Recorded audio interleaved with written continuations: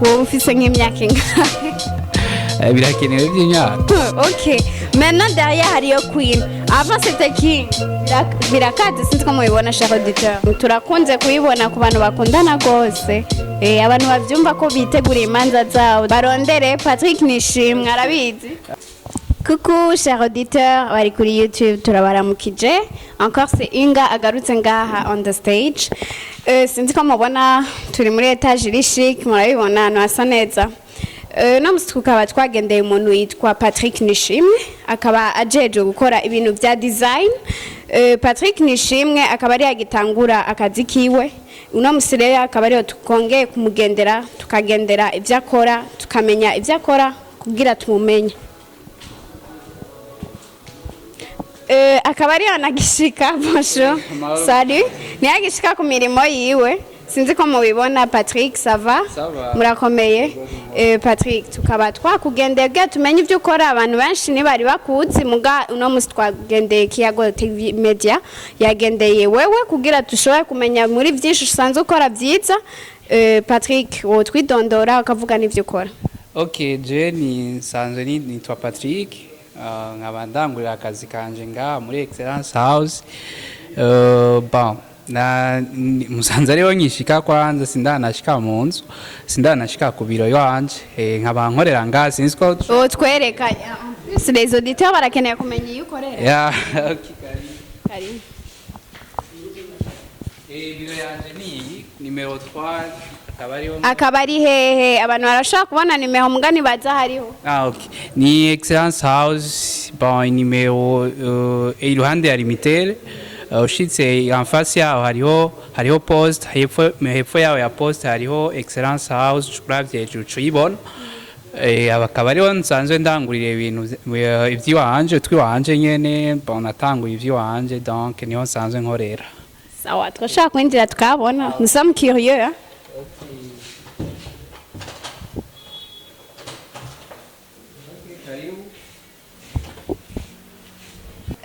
guys, sinzi ko mubibona hano ngene hasi.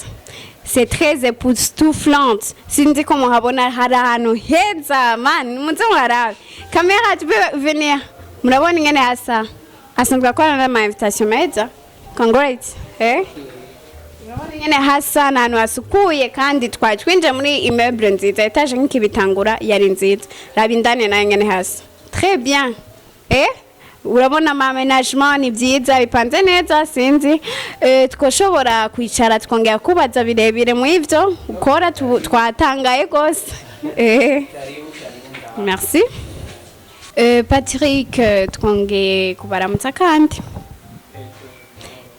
Patrick twabonye byinshi kandi twatangaye ni design itarizwe ku bantu benshi muga tubona ni heza gose kandi tubona ibintu byinshi mwakoze kandi byiza gose Patrick twidondora ku ivyo bintu ingene yitwa design yawe ingene watanguye n'ingene ubona byinshi muri byo okay bon hanini jewe no nagira kwanza ndabashimire mwaje kuntemberera kuri biri wanje nsanzwe nkorera ubisanzwe jewe ntanguye vuba bon sintanguye vuba gose kanini mungabo bisa nuko noba ntanguye ivy'iwanje vuba nkaba maze nka ndamaze amezi ashika 5 ntanguye ivy'iwanje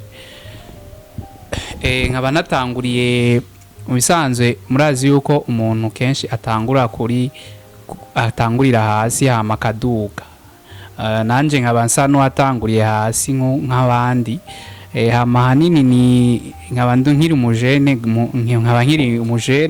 banavuga ko kuba ari curieux wowe ufise nk'imyaka ingahe birakenewe by'imyaka yego kuko urumva ukungene uvuze kuri moto turakeneye kumenya ubwo buto bwawe yo bugera afete biravana abantu benshi bamenyeye yuko umujene kugira ibintu kuba ufise ushaka kuba ufise ibintu ukora nk'uku bisaba imyaka nk'ubu imyaka myinshi dufate nko kubera kuri 30 kuduka ariko suko jewe bon nibaza ko atari myinshi cyane nko novuga ndafise 27 ans niyo myaka yiwanje mfise bon hama nibaza yuko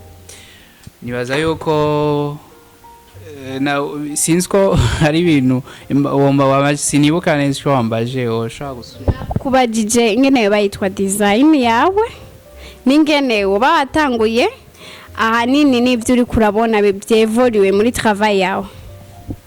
Okay.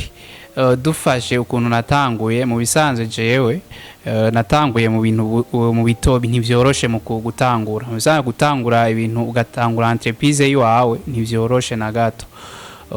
Uhera hasi kubera ko abantu benshi ntushaka gutangura entreprise ngo utangurire hejuru. Urashobora kugenda muri banki ugatora amahera ngana gutya ugahera hejuru mugabo urumva bisanzwe kenshi ukunda guco ugira ikibazo cyo guhomba kubera ko wahereye ahantu utari bwashike atari hakugenewe. Donc je nkaba natanguye maze 5 mois nabwiye ko maze nka 5 mois ntanguye ivyiwanje natanguye ahantu nyene mu bintu mu buzima bugoye hama rero ndaza kugira chance ndagira Imana ndaronka nyene umuntu afasha ndashaka kugeranga mubona ngeze ahanini twabonye ivyo ukora byo biri diverse twabonye n'amafoto ibikisinzi wowe nka wowe nyene byo niyo womenye ngene byo bimeze nibihe usanzwe ukora muri byo design byose woba ukora twereka bimwe muri byo tukamenya ibyo akora. Patrick Nishimwe nk'umujeune entrepreneur. Yego kwanza icyambere mpera reka duhere ku bijanye n'amamanza. En fait hariho dukora ibintu bitandukanye bijanye n'imanza. Tubijanye n'imanza turafise turakora ibintu bijanye n'ama invitation. Nabonye ko ari meza sinzi ko yatwereka. Hari ubwo ntararonka neza muganga uravye hari ubwoko bwinshi bw'ama invitation. Hari ama invitation ari importe nuvuga na ama invitation ava hanze tukayahama mu nyuma na tugakora ntuze y'indani carte y'indani voilà. Hama hakaba hari ubwoko bw'ama invitation butandukanye hariho nk'imanza zitandukanye dukora bivanye n'imanza n'urubanza rwariko turakora invitation ziri comme nka invitation ya dote turakora ama mariage za invitation za mariage hariho izo dukora za bijanye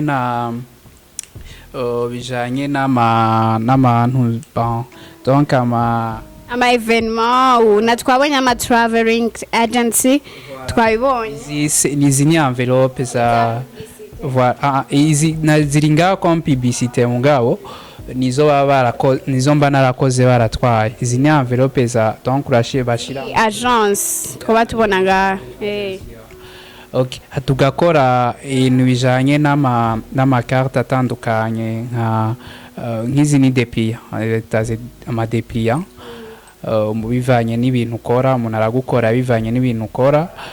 Hama tugakora ama carte de Noël de vœux genre carte de vœux carte za Noël ushaka gutanga ku bantu zeko mu misi mikuru ya Noël.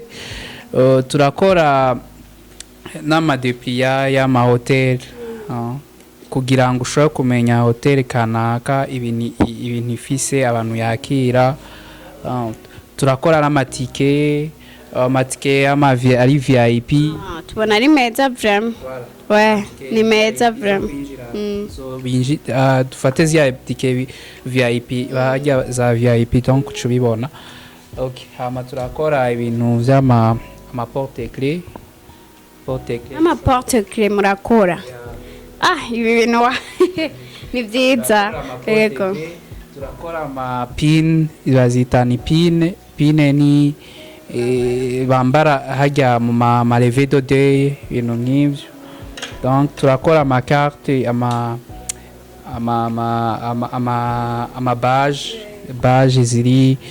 baje nziza cyane ziri ku bwoko ziri kuri plastique ko bidashobora kugira tavunika zitononekara. Tukora byinshi amanuze amabaza protocole ibintu nk'ivyo. bisanzwe iyi niyo ntuze ya ibintu bya design dukora cyane cyane nibi.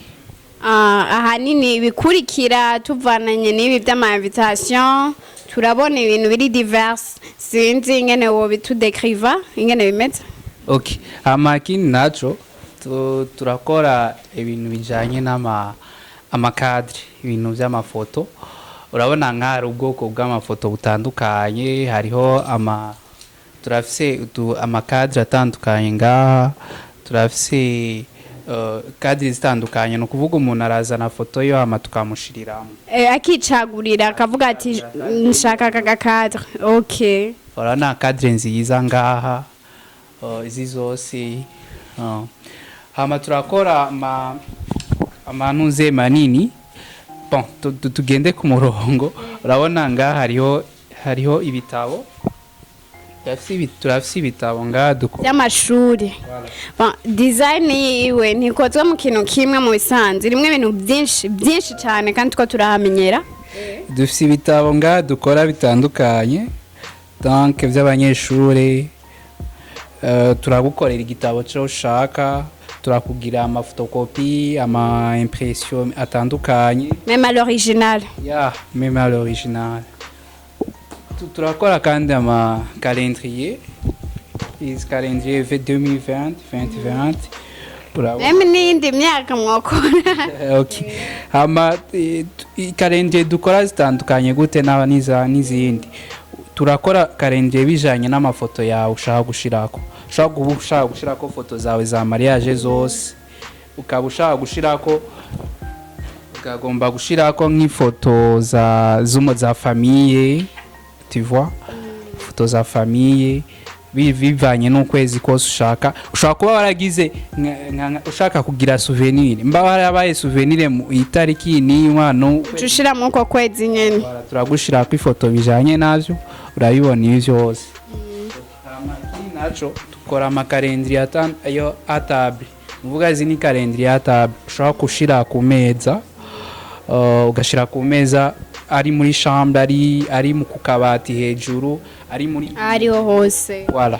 Hama turakora ibikombe, igikombe kiba ari nta kintu canditseko. Ikico dukora dushirako ifoto yiwawe, uratuzanira ifoto hama tukagushirirako. Ukaca ukazi ikintu cyo ushaka kwandika ko ari souvenir ushaka gushirako, turagushirako. Urabona ngaha bariko amafoto atandukanye, mariage, logo. Turabona ibintu byiwe vraiment ni spécial. Sinzi ko mubibona nko kuvyerekeye kuri aya matasi. Si vous voyez na matasi ari kwifoto. Kuba agenda curieuse comme toujours, hariyo amatasi basanzwe bavuga atasi magique. Mwamu yakora? Zose turazikora. Muravyumva arabikora kandi mugume muza muri benshi muramubona ko abizi gose. Okay. Hama tusuye inyuma gato. Dushitse ngaha urabona turakora amakalendrier. Zimwe kalendrier nakubwira haba hariko foto y'umuntu. Hama tukakugira impression y'ushaka. Hama dushitse ngana urabona nka dufise même les chèques. Okay. Izi ni bordero zo muri banki. Turakukorera ama bordero zo muri banki zikaza tukakugira ibintu byiza cyane. Atanandu uzobisanga. Specialité ikomeye. Tukakugirira ama impression atandukanye. Bacayitayo amabulletin. N'ikintu bivanye n'ibintu byose ushaka bya impression turabugirira ngaha. Okay. Naco turakora amashapo, n'ingofero turandikako. Des griffes. Tushirako griffe tukandikako ngofero ku ngofero yawe ibintu byose ushaka gukoresha. Nimba ushaka gushirako logo, nyamba ushaka kwandikako izina ry'umuntu kanaka, byose turabikora. Même no kubupira ndabona barabikunda kubishirako nabyo nyene urabigira. Okay. Amanga hariho nuza akabati kariko amakadre atandukanye, ubwoko bw'amakadre butandukanye urabibona. Ugiye kuraba nga urabona ko hari ubwoko bwinshi. bivanye na foto ushaka gukoresha wewe turagushirira ko ku kintu cyose ushaka nukumba ari foto nyambari iki nyambara amajambo byose tugushirira ku computer hamanga urabona hari foto nini gose iyi ni foto iyo ikabijeje gukora iki tubona ibintu binini gose nitwo bimenya nk'abantu batabizi wo dusigurira iyi foto ubona ngaha ni igifoto kinini gose kiri ku metero 2.5 uburebure ama largeur yayo largeur kagira imetero imwe ya largeur ikagira na 2 metres mu burebure ya muri longueur voilà hama tushirako ifoto zari z'urubanza mbari ziki n'ama evenement akomeye ku buryo ndabona ko ari foto nziza cyane gose nanandi uzoyibona ni wewe nyene murabyumva n'ahandi n'ahanyene muri design color services okay hama urabona nyene ko ari ikintu gisa neza ugishize mu nzu kiba gisa neza ego turagira kandi turashira amafoto mu masaha okay ikindi kintu nigeze mbona comme je te voyais mais j'ai pas vu beaucoup voilà era ni isaha nta kintu kiba kirimo urayituzanira hama tukagushira hamwe ifoto ziwawe bivanye n'ukuntu bishaka nyambari ifoto nyambari ikicu ushaka cyose turakushiriramo ari foto ya famille shaka kuba ari foto y'umuntu yagize anniversaire yagize mariage yabagironse baptême tugushirayo komte nkuko bishaka amanga cyabindi nyene naguma mbaza naho urabona umupira mwiza cyane umupira ni mwiza gose c'est comme agrif atandukanye best Nike I don't know nothing about this muganda wana ni byiza urabona ariko Nike ariko King ariko best daddy voilà urabona hariko ok maintenant derrière hariyo Queen avant c'était King birakaze sinzi ko mubibona cher auditeur birakaze gose nananze uzoyibona umwaka dufisagazi kenshi cyane gose cyane abandikwa imipira isanga ukunda gusanga ari imipira ibiri haba ari Queen haba ariko King turakunze kuyibona ku bantu bakundana gose abantu bavyumva ko bitegura imanza zawo z'urukundo barondere Patrick Nishimwe arabizi hariho kandi kindi naco urabona umupira mwiza cyane hano wambaye ushobora gukoresha na sheri wawe ntiyashaka umukoresha ukamushiriraho agafoto donc n'umupira turashirako ifoto urazana umupira canke tuba tuyifise uraza ukagira commande hama ukazana foto ushaka tukakwandikirako ivyo ushaka tukagushirako na foto yiwawe canke bivanye n'ushaka kuyiha okay kabari birebire mu byakora kandi murabona ko afisa akazi kenshi gose utabizi yogira ko ariko arigirisha mugura abona ka fait beaucoup Patrick twabonye ahubwo twabonye n'utundi tuntu tutari twiteze nga tuntu bita udusaki natwonyene wo budukora ego utona ndakora gusa urabona nkaha yana isaki ziratandukanye nazijya sashe twari tumenyeye urabona ko leta iheruka kubuza ibintu by'amasashe nanje niyumviye ko nokora no bakorera ikintu nk'iki ciza cyane cerekeye amasaki cerekeye amasaki nukuvuga ngaha ni nakantu keza cyane ko gutwaramo urabona ko isashe misanzu isashe n'ikintu kibora n'ikintu isashe n'ikintu degrada voilà cono nagose nico bituma tuyumviye gukora natwe akantu nkaka ku buryo ushobora umwanya wari wose aho gata gashobora kubora donc nikagire ingaruka mbi ku itituka y'isi nico bituma tuyumviye nawe gukora akantu nkaka Patrick dukora mesure atandukanye urabona nkaka kari gato mubwo bwinshi bakoresha mu farmasi Patrick twabonye n'ikintu sinzi ndabonye umupira hajya n'umupira urayikora none ijyaye gukina umupira misanze umupira je naona nkunda football gose kandi birajyanye na rugby sinzi kurayo voilà tayituma bakitaka akadekor comme décor nyene tubibona nawe Patrick tukaba tubonye muri byinshi twabonye vraiment ukora byinshi cyane Patrick reka tubandanye dusubirize aho twari twavuye aho woba watanguriye vyagenze gute kugira uronke uburyo vyashitse hehe kugira ushike ngaho hose. Mu bisanzwe urabona kuyumvira gutangura business nk'iyi si comme business ni nka business ikomeye cyane. Kugira ntangure byarangoye cyane, byamfasha uburyo bwinshi ku buryo udashobora kuyishoboza ikintu wenyine.